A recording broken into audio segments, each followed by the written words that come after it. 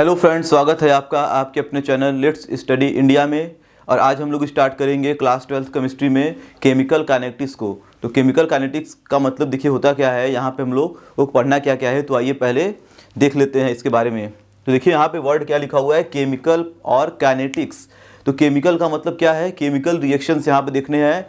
और काइनेटिक्स का मतलब क्या होता है, स्पीड ऑफ रिएक्शन, जिसे हम लोग रेट ऑफ रिएक्शन या वेलोसिटी ऑफ रिएक्शन भी बोलते हैं। तो अगर दोनों चीज़ों को जोड़ दिया जाए तो यहाँ पढ़ना क्या है, केमिकल रिएक्शन के स्पीड के बारे में। कहने का मतलब कोई केमिकल रिएक्शन कितना फास्ट होगा या कोई केमिकल रिएक्शन क्या होगा कितना स्लो होगा, या कोई रिएक्शन क्या मॉडरेट रिएक्शन है। तो इन सभी चीज़ों को क्या करेंगे इस चैप्टर में हम लोग देखेंगे, रिएक्शन की स्पीड क्या क्या है और उसके सिचुएशन को देखेंगे।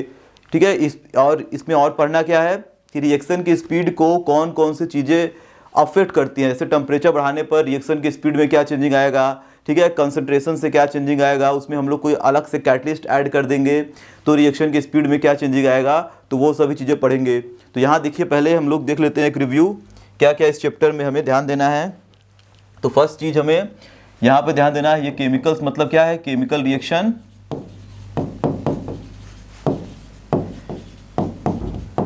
और काइनेटिक्स का मतलब है रेट ऑफ रिएक्शन या बोलते हैं हम लोग स्पीड ऑफ रिएक्शन। ठीक, तो कहने का मतलब देखिए अभी हमारा क्या है, फिजिकल केमिस्ट्री का एक ब्रांच है जिसमें हम लोग पढ़ते क्या है। ठीक है, इसमें हम लोग पढ़ेंगे रेट ऑफ केमिकल रिएक्शन के बारे में। ठीक है, तो इस चैप्टर में हमें पढ़ना क्या है, केमिकल रिएक्शन के रेट के बारे में यहाँ पे हमें पढ़ना है। ठीक है, फास्ट रिएक्शन, स्लो रिएक्शन, सभी चीज़ों को हम लोग क्या करेंगे बेसिक से एकदम देखेंगे। फिर आगे हम लोग बढ़ेंगे इसके फैक्टर्स पे। ठीक, उसमें बहुत सारी चीज़ें आने वाली हैं। तो पहला चीज़ तो ये पढ़ना है हमें, और दूसरी चीज़ है इसमें कौन कौन से फैक्टर्स होते हैं, factor affecting the rate of reaction. और इसमें देखिए हम लोग पढ़ेंगे आगे चल के एक बहुत इंपॉर्टेंट टर्म, इसका नाम क्या होता है, ऑर्डर ऑफ रिएक्शन। एक पढ़ेंगे ऑर्डर ऑफ रिएक्शन और पढ़ेंगे मॉलिक्यूलरिटी ऑफ रिएक्शन।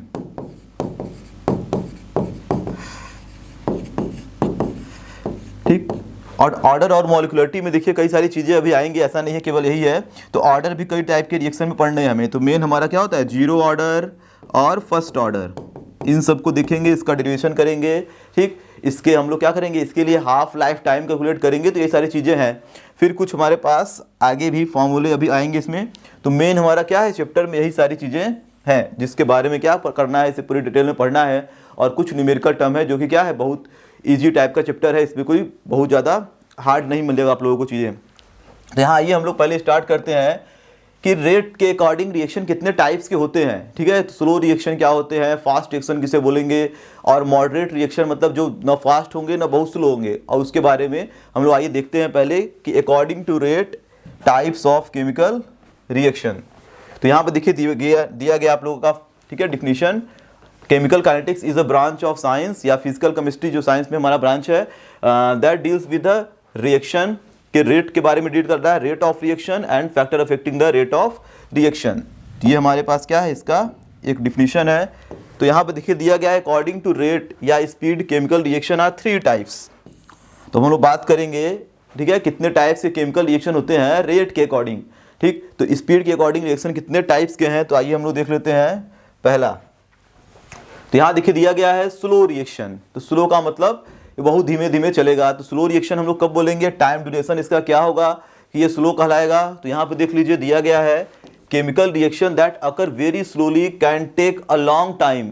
ठीक है, लॉन्ग टाइम पीरियड ये क्या करेगा, लेगा, यानी बहुत स्लो होगा, इसमें टाइम क्या होगा, ज़्यादा लगेगा। लॉन्ग टाइम का मतलब क्या है, तो लॉन्ग टाइम का मतलब कितना टाइम लेगा, तो ये कुछ दिनों में, ठीक है, कुछ हफ्तों में या कुछ महीनों में अगर कंप्लीट हो रहा है तब उससे बोलते हैं लॉन्ग टाइम पीरियड। ऐसा नहीं कि घंटे या मिनट में हो जाए। ठीक है, कुछ दिन ले ले, कुछ हफ्ते ले ले, ठीक है, कुछ महीने कुछ सालों में हो, तब बोलेंगे कि ये क्या है, स्लो रिएक्शन या वेरी स्लो रिएक्शन है। ठीक, तो ये कौन से रिएक्शन होते हैं, तो यहाँ पे देखिए दिया गया, usually covalent compound are involve in a slow reaction. तो कुछ कोवैलेंट कंपाउंड होते हैं, कुछ, सभी कोवैलेंट कंपाउंड स्लो रिएक्शन नहीं करते हैं। तो कुछ ऐसे कोवैलेंट कंपाउंड्स हैं जो स्लो रिएक्शन में इन्वॉल्व होते हैं। जैसे अगर मैं एग्जांपल ले लूँ, ठीक है। तो यहाँ पे देखिए दिया गया सबसे बेस्ट एग्जांपल, ठीक है, कोरोजन ऑफ आयरन या रस्टिंग ऑफ आयरन। जैसे आयरन को अगर क्या होता है मॉइस्चर के कांटेक्ट में या एयर के कांटेक्ट में हम लोग रख देते हैं तो ये क्या होता है धीरे धीरे कोरोटेड हो जाता है। इसके आउटर सरफेस पे क्या होता है रेडिश ब्राउन कलर का एक लेयर क्या होता है कवर हो जाता है, उसे बोलते हैं कि रस्टिंग हो गया। तो ऐसा नहीं है ना कि रस्टिंग एक दो दिन में हो जाए, तो ये क्या है बहुत स्लो प्रोसेस है। तो बहुत दिन तक कोई हमारे पास क्या होगा आयरन की चीज़ें या लोहे की चीज़ें अगर मॉइस्चर और एयर कॉन्टेक्ट में बहुत दिन तक रखी हुई हैं तब उसमें क्या होता है कोरोजन होता है या उसमें जंग लगता है हम लोग बोलते हैं। तो ये एक स्लो रिएक्शन है, ये क्या होता है जल्दी ऐसे एक दो दिन में एक घंटे में कोरोजन नहीं होता। तो देख लीजिए किस तरीके से देखिए प्रोसेस है यहाँ पे। तो यहाँ पे देखिए लिया गया है हमारे पास क्या है आयरन, इसका फार्मूला होता है Fe, ठीक है।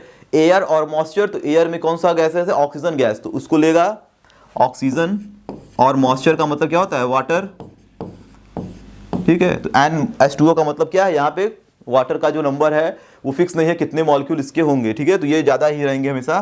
तो इसके साथ ये कंबाइंड हो क्या बनाता है Fe2O3 इंटू NH2O, तो इसे क्या बोलते हैं रस्टेड आयरन। तो ये हमारे पास क्या बन गया रस्टेड आयरन बन गया, यानी कहने का मतलब उसके साथ ऑक्सीजन गैस और वाटर क्या हो गया कलेक्ट हो गया, ऑक्सीडेशन हो जाता है हम लोग बोले यहाँ पे। तो क्योंकि इसका ऑक्सीडेशन नंबर यहाँ पे क्या है 0 है, ये बढ़ के कितना हो गया यहाँ पे हो गया 3+। तो कहने का मतलब आयरन क्या होता है ऑक्सीडाइज हो जाता है, इसमें कोरोजन हो रहा है। तो ये प्रोसेस क्या है ये बहुत ही स्लो प्रोसेस है, तो इसे बोलेंगे स्लो रिएक्शन। ये हमें यहाँ पे ध्यान देना है। और भी देखिए बहुत सारे एग्जाम्पल हैं, ठीक है, फॉर्मेशन ऑफ क्रूड ऑयल, ठीक है, by the geochemical reaction, degradation of radium. तो ये सब जितने भी रिएक्शन होते हैं ये सब क्या है स्लो रिएक्शन। सबसे बेस्ट एग्जांपल मैंने यहाँ पे बता दिया, ठीक। तो फिर आइए देखते हैं और कौन से टाइप्स हैं रिएक्शन के। तो देखिए दूसरा आता है हमारा फास्ट रिएक्शन, ठीक। तो फास्ट रिएक्शन का मतलब कौन से रिएक्शन होंगे जो फास्ट होंगे, तो फास्ट रिएक्शन देखो किसके बोलेंगे हम लोग, यहाँ पे देखिए दिया हुआ है chemical reaction that completed in a very short, ठीक है, टाइम इंटरवल। तो इसका जो टाइम इंटरवल क्या होगा बहुत ही कम होगा, सच एज 10 के पावर -6। 10 के पावर -6 का मतलब क्या होता है ये माइक्रो सेकेंड में कंप्लीट हो जा रहा है, यानी एक सेकेंड के अंदर ही कंप्लीट हो जाए जो रिएक्शन, कम से कम एक सेकेंड ले या उससे कम समय में क्या हो कंप्लीट हो जाए। इसे बोलते हैं हम लोग फ्रैक्शन ऑफ टाइम में जो कंप्लीट होते हैं। यहाँ पे एक वर्ड हम लोग यूज करेंगे ऐसे रिएक्शन जो क्या हो फ्रैक्शन ऑफ टाइम, यानी जो टाइम एक सेकेंड के अंदर ही क्या हो कंप्लीट हो जाए, ठीक है, विद इन 1 सेकेंड। तो उसे बोलेंगे कि ये बहुत ही फास्ट रिएक्शन है, यानी इस रिएक्शन के रेट को हम लोग क्या करेंगे ऑब्जर्व नहीं कर पाएंगे, इसके स्पीड को बता नहीं पाएंगे, इतना जल्दी ये कंप्लीट हो जाएगा कि हम लोग बता नहीं पाएंगे कितने तेजी से ये हुआ। इसको ऑब्जर्व करना, इसको क्या करना ऑब्जर्व करना बहुत ही मुश्किल काम है। जैसे एग्जाम्पल ले लीजिए, ठीक है, magnesium ribbon is burn in a flame of, ठीक है, burner quickly get the combustion and give a, ठीक है, स्पार्क क्या देता है कंबसन होता है और हमारे पास मैग्नीशियम ऑक्साइड बन जाता है। तो जैसे देखिए यहाँ पे मैग्नीशियम को इसका क्या होता है रिबन होता है, एक स्ट्रिप टाइप का कागज की तरह मैग्नीशियम रिबन होगा, ठीक है, उसको ऑक्सीजन गैस के प्रेजेंस में क्या करेंगे उसको हीट करेंगे, बर्नर से जलाएंगे उसे, तो ये मैग्नीशियम ऑक्साइड में बन जाता है, यानी ये व्हाइट पाउडर तुरंत बन जाता है। तो इसमें क्या होता है इतना बहुत ही कम समय लगता है, ये तुरंत क्या होगा जल के पाउडर के फॉर्म में आ जाएगा। तो ये रिएक्शन कैसा है बहुत ही फास्ट रिएक्शन है, ठीक। वैसे हम लोग ले सकते हैं neutralisation reaction of acid and base, acid base को मिलाते हैं तो क्या बनता है साल्ट वाटर, तो ये भी क्या है एक फास्ट रिएक्शन है। तो देखिए जनरली हमको ध्यान देना है फास्ट रिएक्शन हमेशा क्या होते हैं आयनिक, तो ये ध्यान दीजिएगा कि आयनिक रिएक्शन जो होंगे, ठीक है, वही रिएक्शन क्या होते हैं फास्ट रिएक्शन होते हैं, ठीक है। तो फास्ट रिएक्शन में कौन से आएंगे जिसमें आयनिक आयंस हो, यानी आयनिक रिएक्शन मतलब क्या होता है आयनों का एक्सचेंज होता है, वहाँ पे कोई बॉन्ड टूटता नहीं है, कोई बॉन्ड फॉर्म नहीं होता है, यानी वहाँ पे कोवेलेंट बॉन्ड नहीं होता है, ठीक है। जैसे मैंने एसिड और बेस को मिलाया तो HCl ये एसिड है, बेस का मतलब सोडियम हाइड्रोक्साइड ले लीजिए, तो एसिड में क्या है H+ एंड Cl-, ये Na+ OH-। तो अगर ये तुरंत क्या करेगा ये हमारे पास ये NaCl एक्सचेंज ऑफ आयन, यानी इसका Cl- Na के पास गया आयन का एक्सचेंज हो गया, OH- H+ के साथ मिलकर क्या बना लिया H2O बना लिया। तो यहाँ पे क्या हुआ है केवल और केवल एक्सचेंज ऑफ आयंस हुआ है, एक का पॉजिटिव दूसरे के नेगेटिव के साथ या एक का नेगेटिव दूसरे के पॉजिटिव के साथ कंबाइंड होकर न्यूट्रलाइज हो गया। तो इस रिएक्शन में कोई बॉन्ड टूट नहीं रहा है, कोई बॉन्ड फॉर्म नहीं हो रहा है। तो ये रिएक्शन क्या है बहुत ही फास्ट रिएक्शन है। जितने भी आयनिक रिएक्शन होते हैं वही सब क्या होते हैं फास्ट होते हैं, माइक्रो सेकेंड में या फ्रैक्शन ऑफ टाइम में कंप्लीट हो जाते हैं ये, ठीक।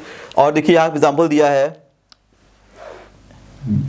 ठीक है। When hydrochloric acid react with base and ammonium hydroxide to form a salt and water. ठीक, तो वही है हाइड्रोक्लोरिक एसिड बेस के साथ रिएक्शन करा दिए तो ये बन गया। ठीक है, तो अमोनियम हाइड्रोक्साइड लीजिए या सोडियम हाइड्रोक्साइड लीजिए, कोई भी बेस लेंगे वो आयनिक रिएक्शन हमारा क्या करेगा, देगा, तो वो क्या होगा, फास्ट रिएक्शन होगा। तो अब आइए हम लोग बात करते हैं जो मेन हमें यहाँ पे देखना है। ठीक है, इस चैप्टर में किस टाइप के रिएक्शन को पढ़ना है तो उस पर बात करेंगे। देखिए एग्जाम्पल भी आप लोगों का दिया हुआ है फास्ट रिएक्शन का, जितने भी आयनिक वाले हैं। तो एसिड बेस से साल्ट बन गया, ये फास्ट रिएक्शन है। ठीक है, AgNO3 को NaCl में डालते हैं तो क्या होता है, AgCl का प्रेसिपिटेट बन जाता है, ये इंस्टेंटेनियस होता है। यानी जैसे ही हम लोग क्या करेंगे, सिल्वर नाइट्रेट को सोडियम क्लोराइड, सिल्वर नाइट्रेट और सोडियम क्लोराइड सोल्यूशन को मिलाएंगे तो एक क्या होता है, सिल्वर क्लोराइड का PPT फॉर्म हो जाता है जो कि नीचे बैठ जाता है, सेटल डाउन। तो ये क्या होता है, बहुत ही तेजी से बनता है। तो ये भी क्या है, एक फास्ट रिएक्शन है। तो ये सब क्या है, आयनिक रिएक्शन है, इसीलिए क्या है, फास्ट है। तो अब देखिए हमको जो मेन यहाँ पे इस चैप्टर में जिस टाइप का रिएक्शन पढ़ना है तो वो क्या है, मॉडरेट रिएक्शन। हम लोग बात किसकी करेंगे, मॉडरेट, यानी जो रिएक्शन या तो बहुत तेज हो ना तो बहुत ही स्लो हो ना तो बहुत ही फास्ट हो। जैसे मॉडरेट रिएक्शन देखिए किसके बोलेंगे, यहाँ पे देखिए दिया हुआ है, moderate reaction are those reaction that take place in a few minute और फ्यू आवर, जो कि हम लोग लैब में रिएक्शन कराते हैं। ठीक है, जनरली वो क्या होता है, कुछ मिनट या कुछ घंटों में हो जाता है। ऐसा नहीं है कि 1 2 दिन 4 दिन लग जाए। ठीक है, हफ्तों महीनों तो लगता नहीं है। तो ये क्या होता है, कुछ मिनटों या कुछ घंटों में कंप्लीट होगा, उसे बोलेंगे कि मॉडरेट है। इसके रेट को हम लोग बता सकते हैं कि इसका स्पीड क्या है।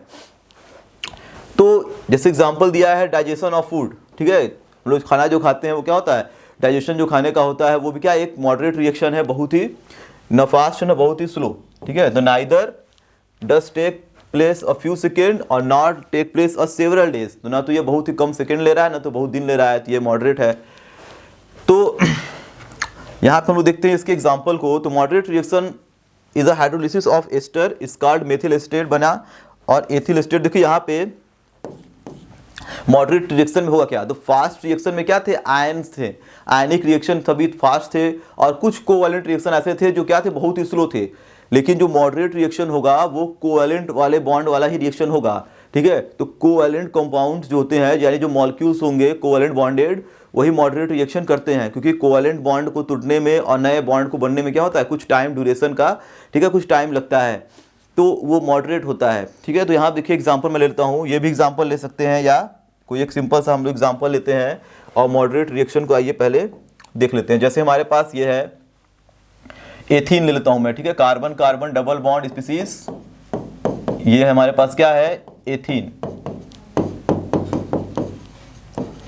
अगर मैंने इसका क्या करा दिया, इसमें मैंने रिएक्शन करा दिया हाइड्रोजन से, यानी इसका हाइड्रोजनेशन करा दिए, तो इसका रिएक्शन जब हम लोग हाइड्रोजन से कराते हैं in the presence of catalyst, ठीक है, कोई भी कैटलिस्ट ले लेंगे माने निकिल, पैलेडियम, प्लेटिनम, तो ये होता क्या है कि देखिए हाइड्रोजन कैटलिस्ट के प्रेजेंस में क्या होता है, ये बॉन्ड क्लीव होता है, ये बॉन्ड क्लीव होगा, एक हाइड्रोजन इसको मिल जाएगा, एक हाइड्रोजन क्या होगा, इसको मिल जाएगा, और ये एथीन से क्या बन जाएगा, एथेन, यानी 2 हाइड्रोजन इसको मिल गए और 2 हाइड्रोजन के पास, दोनों कार्बन के पास क्या थे, पहले से थे, या क्या बन गया, एथेन।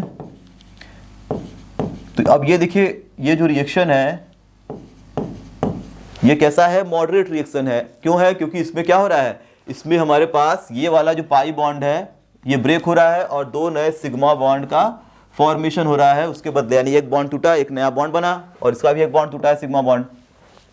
यानी यहाँ पे क्या हो रहे हैं, पुराने बॉन्ड टूट रहे हैं, नए बॉन्ड बन रहे हैं, यानी बॉन्ड क्लीवेज हो रहा है और बॉन्ड फॉर्मेशन हो रहा है। ठीक है, बॉन्ड ब्रेकिंग और बॉन्ड मेकिंग का यहाँ पे प्रोसेस है। तो इसमें क्या होता है, टाइम लगता है, एक बॉन्ड को टूटने में और नए एक बॉन्ड को बनने में क्या होगा, कुछ टाइम लगेगा।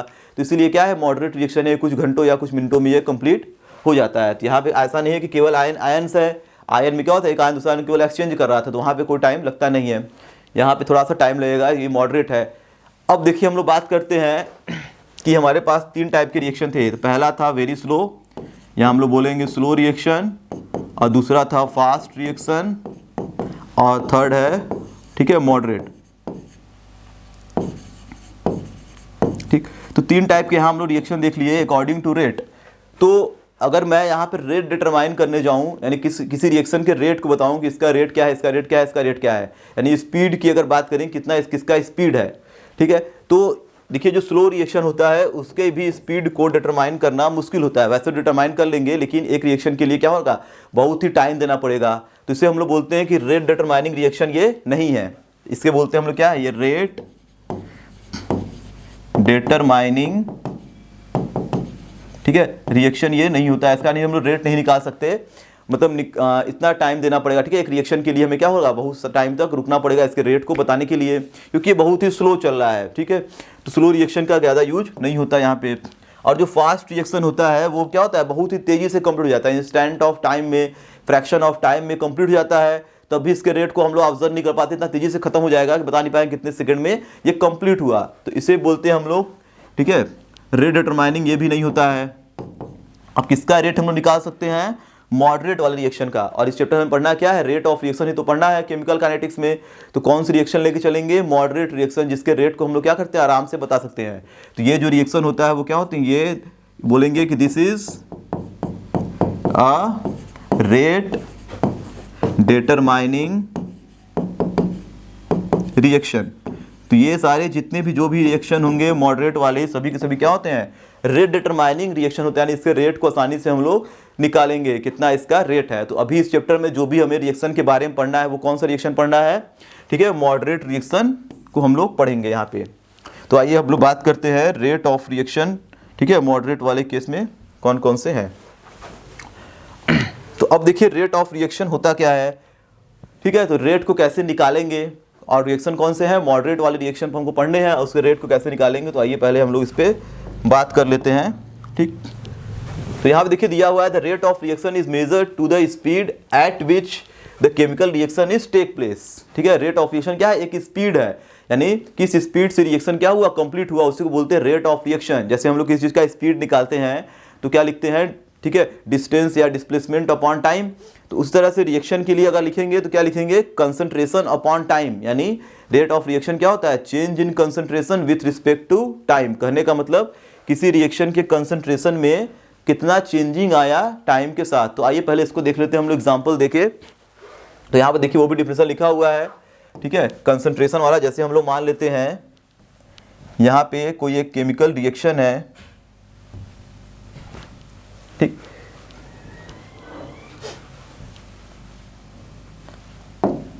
ठीक है। ऐसे मान लीजिए हमारे पास क्या है, कोई केमिकल रिएक्शन है जिसमें रिएक्टेंट क्या है, ए है, और ये ए से कन्वर्ट हो गया किसमें, बी में। तो ये रहा हमारा रिएक्टेंट ए, और बी क्या है, प्रोडक्ट है। तो स्टार्टिंग में क्या होता है, रिएक्टेंट पूरा एग्जिस्ट करता है, जैसे जैसे रिएक्शन आगे बढ़ेगा वैसे तो क्या होगा, धीरे धीरे वही रिएक्टेंट क्या होता है, प्रोडक्ट में कन्वर्ट होता है, इतना तो हमें पता है। तो अगर मान लेंगे स्टार्टिंग के लिए हम लोग टाइम क्या लेते हैं, जीरो, इसे बोलते हैं इनिशियल टाइम। तो मान लीजिए टी टाइम बराबर जीरो पे, यानी टाइम रिएक्शन अभी शुरू नहीं हुआ है, इस पर इसका कंसंट्रेशन अगर मान लेते हैं क्या है, ए नॉट, ठीक।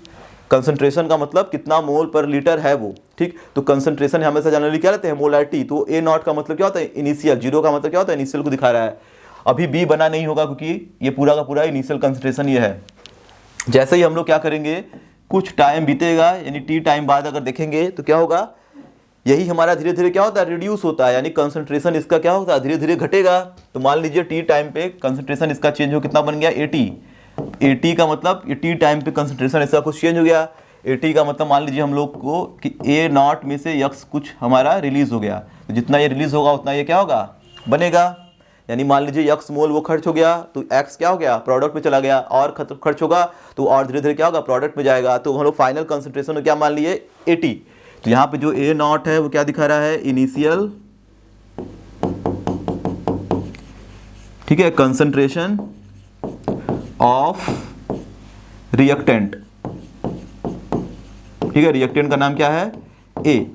और यहाँ पे जो 80 है वो क्या दिखा रहा है, फाइनल कंसंट्रेशन ऑफ रिएक्टेंट, ठीक, बी, सॉरी ए रिएक्टेंट तो ए ही है, ठीक है, ऑफ रिएक्टेंट उसका नाम तो अभी ए है, ठीक है। और x क्या है, इतना मोल क्या होगा, रिड्यूस हो गया उसमें से। तो यहाँ पे हमें यह ध्यान देना है। तो अब देखिए रेट ऑफ रिएक्शन कैसे हम लोग कैलकुलेट करेंगे या कैसे इसका फार्मूला बनाएंगे। तो अब बात करते हैं, देखिए रेट ऑफ रिएक्शन जो है, rate of reaction equal to क्या था, चेंज इन कंसंट्रेशन। तो कंसंट्रेशन कितना चेंज हुआ है, तो मैं यहाँ पे लिख देता हूँ, ये क्या होता है, change in concentration of reactant और प्रोडक्ट। तो ऐसा नहीं है केवल रिएक्टेंट का कंसंट्रेशन चेंज हुआ है, देखिए टी 0 से टी पर ये भी चेंज हुआ, ये भी तो 0 से ये भी चेंज हुआ, ये भी चेंज हुआ। तो चेंज ऑफ रिएक्टेंट अपॉन या product with respect to time upon time, ठीक है। तो अब यहाँ पे देखिए ध्यान दीजिएगा, अगर मैं यहाँ पे फॉर्मूला बनाऊं तो change in concentration of reactant और प्रोडक्ट, अगर मैं बात करूं रिएक्टेंट के केस में तो रिएक्टेंट का देखिए कंसंट्रेशन क्या हुआ है, वो डिक्रीज हुआ है, क्योंकि वो ए नॉट से क्या हो गया, ए नॉट माइनस एक्स, इसका कंसंट्रेशन क्या हुआ, डिक्रीज, और इसका कंसंट्रेशन क्या हुआ, इंक्रीज हुआ, यानी ये 0 से बढ़कर कितना हो गया, एक्स हो गया। तो एक इसका कंसंट्रेशन लिखिए, देखिए चेंज के लिए क्या यूज करते हैं हमेशा, तो चेंज के लिए यूज करते हैं, ठीक है, डेल्टा का यूज करेंगे, ठीक है। चेंज कैसे लिखेंगे, तो इसे मान लीजिए फाइनल में से इनिशियल को घटाएंगे तो निकल जाएगा चेंज, यानी पहले कितना था बाद में कितना हुआ, तो फाइनल माइनस इनिशियल का मतलब क्या होता है, चेंज। तो अगर मैं बात करूं रिएक्टेंट के केस में तो चेंज कैसे लिखेंगे, तो लिखेंगे ए नॉट माइनस एक्स फिर minus A not upon time में चेंजिंग क्या है, फाइनल माइनस इनिशियल टाइम, तो हो जाएगा टी फाइनल, इनिशियल क्या है 0। अगर मैं, ठीक है, प्रोडक्ट के केस में बात करूं तो ये क्या है, x minus 0 upon T minus 0, यहाँ पे ए नॉट से ए नॉट कैंसिल, तो कितना आ जाएगा, ये आ जाएगा माइनस एक्स अपॉन टी, और वो तो 0 0 खत्म हो जाएगा, तो एक्स अपॉन टी। तो ये हमारा क्या आ गया, रेट ऑफ रिएक्शन कितना आ गया, यक्स अपॉन टी। लेकिन रिएक्टेंट में देखिए क्या लगा हुआ है, माइनस लगा हुआ है रिएक्टेंट में, तो माइनस का साइन यहाँ पे देखिए लगा हुआ है। लेकिन हमको पता है कि जो रेट होता है वो स्पीड होता है, वो कभी स्पीड क्या होता है, माइनस में नहीं होता है, ठीक है। जैसे अगर पूछ लिया कि आपका स्पीड क्या है तो आप हमेशा क्या होंगे, कुछ ना कुछ बताएंगे, ठीक है, कि 40 किलोमीटर पर आवर है, 20 किलोमीटर पर आवर है, ये तो नहीं बोलेंगे कि -30 है या -25 है। तो स्पीड कभी माइनस में होता नहीं है। तो यहाँ पे देखिए जो रेट ऑफ रिएक्शन एक तरह क्या है, स्पीड ऑफ रिएक्शन है, तो ये तो माइनस में होगा नहीं, लेकिन उसमें जो सॉल्व करने पर रिएक्टेंट के जगह पे क्या आ गया, माइनस यहाँ पे आ गया है, क्योंकि ये इसका कंसंट्रेशन घट रहा है। तो कंसंट्रेशन जब भी घटेगा तो फाइनल में से इनिशियल घटाएंगे तो माइनस में तो आएगा ही। तो उसको हम लोग क्या करते हैं, जो ओवरऑल रेट लिखते हैं, यानी रेट ऑफ रिएक्शन है, पूरे रिएक्शन का जब रेट लिखेंगे तो उसमें हमेशा ध्यान देना है कि वो हमेशा क्या होना चाहिए, पॉजिटिव होना चाहिए। तो इसको हम लोग पॉजिटिव बनाने के क्या करेंगे, जो निगेटिव है उसमें अपने से एक निगेटिव और यहाँ पहले से लगा देंगे, क्योंकि ये क्या बन जाए, पॉजिटिव बन जाए, ठीक है। तो ये हमें ध्यान, रिएक्टेंट की जब भी रेट लिखेंगे उसमें एक माइनस लगा के लिखेंगे, प्रोडक्ट में तो प्लस तो है ही, ठीक है, क्योंकि ओवरऑल रेट क्या होता है, कभी निगेटिव नहीं होना चाहिए। तो इस तरीके से हम देखिए रेट को कैलकुलेट करते हैं। अब इसके लिए क्या है, कई सारे हम लोगों के फार्मूले भी हैं जिससे हम लोग रेट को निकालेंगे, ठीक है, अलग अलग टाइप के रेट। तो यहाँ पे देखिए दिया हुआ है, ठीक है, रेट ऑफ रिएक्शन क्या था, change in concentration with respect to time. तो यही हमारे पास क्या है, ये फार्मूला है, ठीक, जिसको हम लोग क्या करते हैं, अलग अलग रिएक्शन के लिए अलग अलग बना सकते हैं। तो दिक्कत जरूरी नहीं है कि फार्मूला एक फिक्स हो जाए, क्योंकि यहाँ पे देखिए जो इसमें भी चेंजिंग भी अभी आएगी। देखिए यहाँ पे है क्या,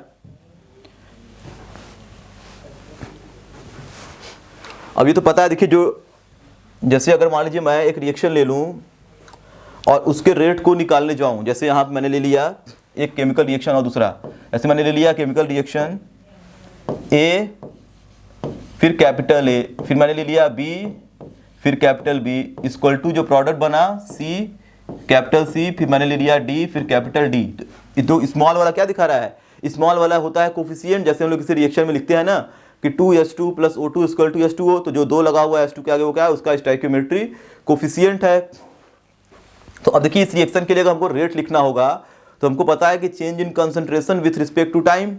तो यहाँ पे ध्यान दीजिएगा, अगर रेट ऑफ रिएक्शन इसके लिए लिखना होगा तो रेट ऑफ रिएक्शन, देखिए रेट हो जाता है रिएक्शन का हमेशा क्या होता है, वो इक्वल आता है सबके लिए, क्योंकि जितना ये घटता है वो उतना, जितना रिएक्टेंट घटेगा उतना ही प्रोडक्ट क्या होगा, इंक्रीज होगा।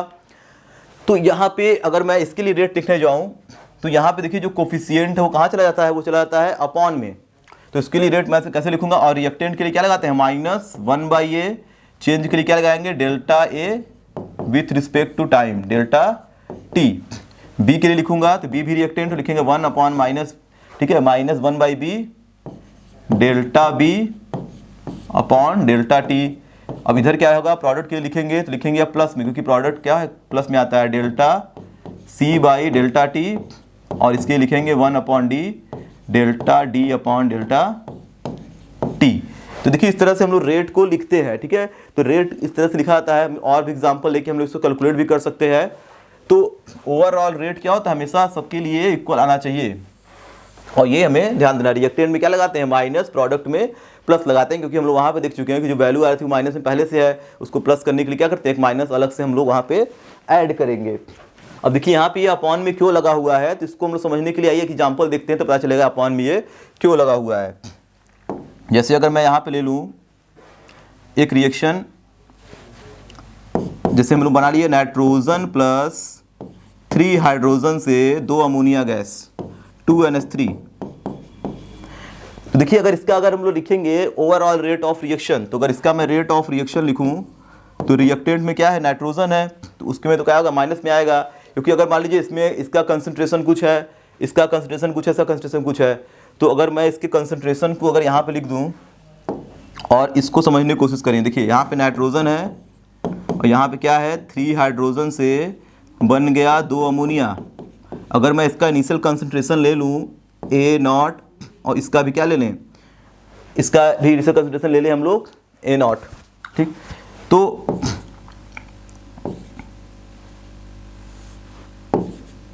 ये तो क्या होगा, शुरू में 0 होगा, लेकिन अब देखिए है क्या कि अगर मान लीजिए रिएक्शन प्रोसीड हुआ, आगे बढ़ा, तो ये क्या है, T बराबर 0 पे है। अगर कुछ समय बाद ये रिएक्शन जब आगे बढ़ेगा तो इसमें से तो क्या होगा, X खत्म होगा, क्योंकि ये तो 1 मोल है, लेकिन इसमें से क्या होगा, 3X खत्म होगा, क्योंकि इसके साथ ही किसका कितना है, 3 मोल लिया गया है। और अगर मैं इसके लिए, और ये कितना बनेगा, ये बनेगा 2X, क्योंकि कोफिशिएंट के अकॉर्डिंग क्या होता है रिएक्शन बनेगा, क्योंकि इसके 1 मोल, इसके 3 मोल से 2 मोल बन रहा है, तो इसका 1X निकलेगा, उसका कितना निकलेगा, 3 खर्च होगा, तो वो क्या होगा, 2 मोल वो बनेगा। तो अगर मैं इसके लिए रेट ऑफ रिएक्शन लिखने जाऊँ रिएक्टेंट के लिए, तो इसका कितना हमारा क्या हो रहा है, डिसअपियरेंस हो रहा है। अगर मैं इसके लिए लिखूँ केवल नाइट्रोजन के लिए, तो यहाँ पर देखिए क्या हो जाएगा, इन फाइनल माइनस इनिशियल, तो फाइनल माइनस इनिशियल करेंगे तो क्या हो जाएगा, -x, और टाइम के लिए करेंगे, सॉरी ये है क्या है, t है, तो हो जाएगा कितना, 0 - t आ गया t। अगर मैं इस वाले के लिए लिखूँ तो देखिए इसमें आएगा हमारा कितना, 3x आ जाएगा, क्योंकि फाइनल माइनस इनिशियल करेंगे तो A0 - 3x - A0, A0 से 0 कट गया तो कितना आ गया, -3x/t, और इसके लिखेंगे तो कितना हो जाएगा, 2x/t। तो इस तरीके से हमारा क्या होगा, आएगा फाइनल माइनस इनिशियल करने के बाद। तो यहाँ पे देखिए है क्या कि जो ओवरऑल रेट है वो इक्वल अब नहीं आ रहा है, तो इक्वल नहीं आ रहा है, इसीलिए क्या किया गया, कोफिशिएंट से डिवाइड किया गया है। तो अगर यहाँ पे इसका तो कोफिशिएंट कुछ नहीं है, 1 ही मोल है, लेकिन अगर यहाँ पे कितना है, 3 है, तो अगर यहाँ पे अगर हम लोग 3 से डिवाइड कर दें तो ये भी x/t बन जाएगा, ठीक है। यहाँ 1/3 कर देंगे, यहाँ भी इसमें क्या करना पड़ेगा, 1/2 कर देंगे, x/t हो जाएगा, क्योंकि हमारा जो ओवरऑल रेट है वो इक्वल होना चाहिए, तो ये हमें ध्यान देना है। तो इसमें इसीलिए रेट ऑफ रिएक्शन जो लिखा गया है वो क्या हो गया, यहाँ पे 1/3 1/2। तो जब भी कोफिशिएंट, जो भी कोफिशिएंट यहाँ पे गिवन होगा उसे क्या लगा देंगे, अपॉन में, और रिएक्टेंट में ध्यान देना है माइनस, और प्रोडक्ट में प्लस। तो जो भी कोफिशिएंट है उसीलिए क्या चला गया है, अपॉन में सारा चला गया है। तो इस चीज़ को यहाँ पे हम लोग वहाँ पे देख के समझ सकते हैं, तभी रेट क्या होगा, इक्वल आएगा, ठीक। तो अगर मान लीजिए हमारे पास कोई रिएक्शन इस तरीके का है, एक हम लोग और ले लेते हैं, जैसे मैं रिएक्शन लिख दूँ S + ½ ठीक है, यहाँ पे मैं लिख देता हूँ SO2, ठीक है, प्लस ½ O2 = SO3, क्योंकि देखिए यहाँ पे क्या है, SO2 है, ½ O2 का मतलब 1 ऑक्सीजन है, और इससे क्या हो गया, 2 और 1 3 हो गया। तो अगर इसके लिए रेट अगर लिखना होगा, देखिए ये क्या है, इसका कोफिशिएंट अपॉन में है, तो जब अपॉन में रहेगा तो उसको कितना आने वाला है, x/2t आएगा, तो उसमें उसको x बनाने के लिए क्या करना पड़ेगा, 2 से मल्टीप्लाई। तो जब भी इनटू में कोफिशिएंट होगा तो अपॉन में कर देंगे, अपॉन में रहेगा तो क्या कर देंगे, इनटू में। तो इस रिएक्शन का अगर मैं ओवरऑल रेट लिखने जाऊँ, रेट ऑफ रिएक्शन, तो इसके लिए तो सिंपल होगा, इसमें तो कोई कोफिशिएंट नहीं है, तो इसका दे देंगे डेल्टा, जो भी मान लीजिए आएगा SO2 अपॉन ΔT। लेकिन अगर इसके लिखेंगे तो क्या लिखेंगे, ऊपर लगाएंगे 2 डेल्टा O2 अपॉन ΔT, क्योंकि ये अपॉन में है तो 2 क्या होगा, इनटू में, और माइनस लगाएंगे क्योंकि रिएक्टेंट है, और प्रोडक्ट के केस में हमें पता है यहाँ पे माइनस कुछ है भी, कोफिशिएंट भी नहीं है, और प्लस लगाते हैं, तो क्या हो जाएगा, डेल्टा SO3/ΔT। तो ये देखिए हमारे पास इस तरह से क्वेश्चन पेपर में गिवन होता है। ठीक है, कि रेट ऑफ रिएक्शन लिखिए, यानी किसी रिएक्शन का रेट किस तरीके से लिखेंगे, तो हम लोग इस तरीके से क्या करते हैं, लिख सकते हैं। तो इतना नहीं करना है, डायरेक्ट हमें क्या करना है, ये क्वेश्चन रहेगा उसको डायरेक्ट हमको ऐसे लिखना है डेल्टा लगा के, ठीक। वैल्यू होलू हमको फाइंड नहीं करनी, निकालना इस तरह से नहीं है, वो मैंने समझने के लिए बताया था। तो अगर रिएक्शन ऐसे दिया होगा तो क्या करेंगे, उसका रेट लिख देंगे। जैसे मान लीजिए इस रिएक्शन के लिए हमको लिखना है रेट इस टाइप से, तो क्या लिखेंगे, delta N2 upon delta T और लगा देंगे माइनस, फिर इक्वल टू लगाएंगे, फिर क्या लिखेंगे, -1/3 डेल्टा, ठीक है, क्या है, हाइड्रोजन है, ये क्या हो जाएगा, H2 अपॉन डेल्टा T, और उधर क्या है, अमोनिया, तो ये हो जाएगा +1/2 delta NH3 upon delta T। तो इस तरीके से हम लोग क्या करते हैं, रेट को कैलकुलेट करते हैं, ठीक है। तो ये हमारे पास इस तरह का क्वेश्चन दिया होता है, ठीक है। तो यहाँ पे हम लोग क्या बोलते हैं, इसे बोलते हैं rate of disappearance of reactant, appearance of product, क्योंकि हमारा क्या हो रहा है, रिएक्टेंट डिसअपियर हो रहा है, खत्म हो रहा है, प्रोडक्ट क्या हो रहा है, अपीयर हो रहा है, और ओवरऑल रेट क्या होता है, दोनों का इक्वल आता है, ठीक है। तो ये हमारा क्या था, एक इंट्रोडक्शन था, ठीक है, रेट ऑफ रिएक्शन या केमिकल काइनेटिक्स चैप्टर का। तो अब हम लोग आगे क्या करेंगे, रिएक्शन के रेट को अफेक्ट करने वाले कौन कौन से टाइप्स होते हैं, मतलब कौन कौन सी चीज़ें हैं जो रिएक्शन के रेट को अफेक्ट करते हैं। और दूसरी चीज़ हमारे पास अभी क्या है, रेट कई टाइप के होते हैं, ठीक है, एवरेज रेट क्या होता है, इंस्टेंटेनियस रेट क्या होता है, उस पर भी हम लोग बात करेंगे। तो वीडियो को यहीं पर समाप्त करते हैं। Thank you.